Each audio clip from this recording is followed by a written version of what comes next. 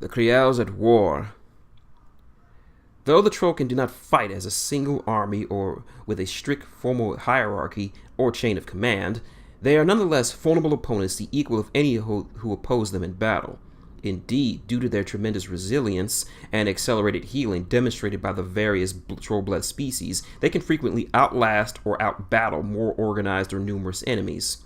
These proud descendants of generations of warriors are armed with a wealth of warlike expertise. Unlike many other races on Kayan, every adult Trollkin is a prospective warrior. Every adult, male or female, has some proficiency in combat, and only those few too old or young to wield a weapon can be called truly defenseless.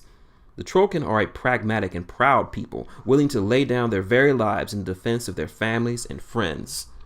The pressures of their many enemies have caused the Creoles to adapt their forces out of necessity, but this is not the first time in their long history they have had to organize in larger numbers. Only 400 years ago, the kingdom of Signar attacked their homes, and in response, the Trollkin toppled the mighty colossals that were the pride of the human nations. Their brutal skill at guerrilla warfare was enough then to overcome a significant technological disparity, but now, surrounded by enemies from all sides, the scattered Creoles have had to adopt new tactics and weapons. Warband frontline warriors. Most Creoles can muster some number of warriors in their own defense, even if their communities are typically peaceful. Even the most amicable farmers can be counted upon to take up the hammer or axe to protect their kith and Creole. Those Trollkin belonging to the more warlike Creoles often consider combat to be great sport, and inter-Creole fighting is regularly a part of life. For the most part, feuds between rival Creoles are resolved after a handful of skirmishes with few serious casualties.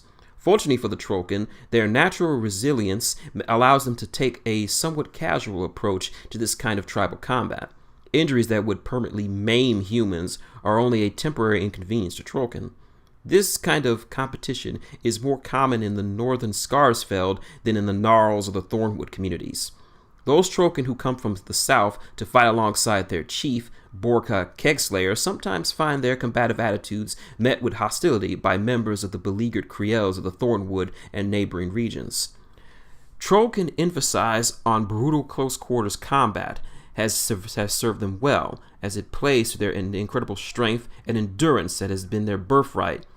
Many specific martial traditions were born from the cultures of specific regional Creoles, such as the Fen Blades of the Fen Marsh and the Long Riders of the southern Cadoran Plains.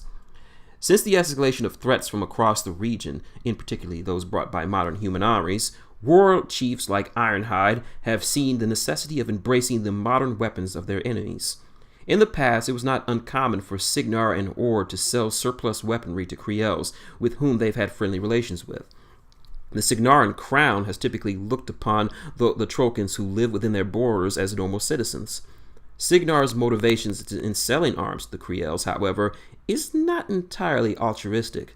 The Signaran army saw the value of having an armed population that could act as a buffer against other enemies such as Kador, the Protectorate, and more recently the Scorn Empire. Signar has suspended the sale of military weapons and hardware to the Trollkin in light of the expanding hostilities between northern Signaran citizens and the kin brought together by Ironhide and Doomshaper. This has not deterred the Trollkin from seeking other avenues to acquire arms. Indeed, they have found interesting brokers from any number of black markets across the Iron Kingdoms. A number of Trollkin have served in human armies, particularly those raised in human cities, and some of these have brought much-needed military expertise to the wilderness Creoles. Though their methods may be at odds with the more traditional approaches to warfare, the tactics of the modern battlefield have become a great boon to the United Creoles. Even the most hardened and veteran Trollkin champions can benefit from the kind of training a professional soldier can expect in the more hierarchical militaries.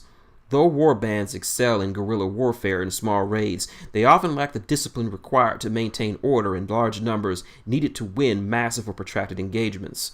The war bands of the United Creoles attempt to maintain some degree of organization but they are sometimes determined by the actions of proud chieftains who prefer to strike at a time and place of their own choosing rather than follow the plans of another, no matter how carefully considered. Despite the ongoing frustrations of those Trollkin veterans who have served with one of the militaries in the Iron Kingdoms, their efforts to discipline the forces of the United Creels are gradually paying off. Many younger Trollkins readily embrace modern weaponry and view it as a natural extension of Trollkin adaptability.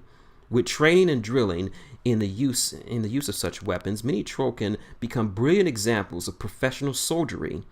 The race's inherent strength and courage makes them some of the most stalwart and courageous fighters to be found anywhere in Western Immoren. Fighting alongside armed and armored full-blood trolls and the slavering dire trolls, these modernized Trollkin warriors might prove to be the salvation of the Trollbloods. One significant ongoing source of potential soldiers has come from the unmated but mature Trollkin called Shen, whose violent inclinations and lack of a productive role might be a burden to their communities if not handled appropriately. Traditionally encouraged to leave their kiths in order to find mates, Shen often band together as Trollshen, groups of 5 to 20 males of varying ages. Trollshen also arise among refugee communities of Trollkin from decimated Creels, banding together for mutual protection in the wilderness.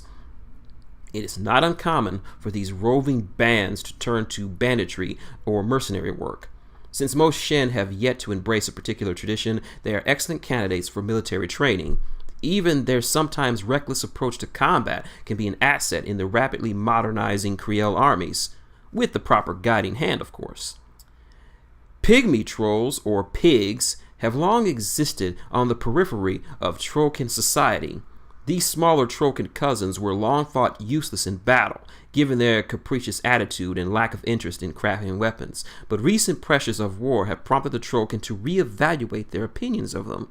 It has become clear that the pigs are just as resolute in combat as their larger kin and can be very deadly fighters in their own rights, if given the weaponry and training suited to their strengths and dispositions. They have a lower tolerance for discipline and repeated drills than Trollkins, but these deficits can be worked around. For reasons not entirely understood, dire trolls are naturally inclined to tolerate pigs. The Trollkin exhibit this natural sympathy by pairing the two and arming them with even more dangerous weaponry. The pigs readily take to the use of firearms, and with their natural predilection for thrill-seeking, they make up for a substantial portion of the modern combatants in Trollkin warbands.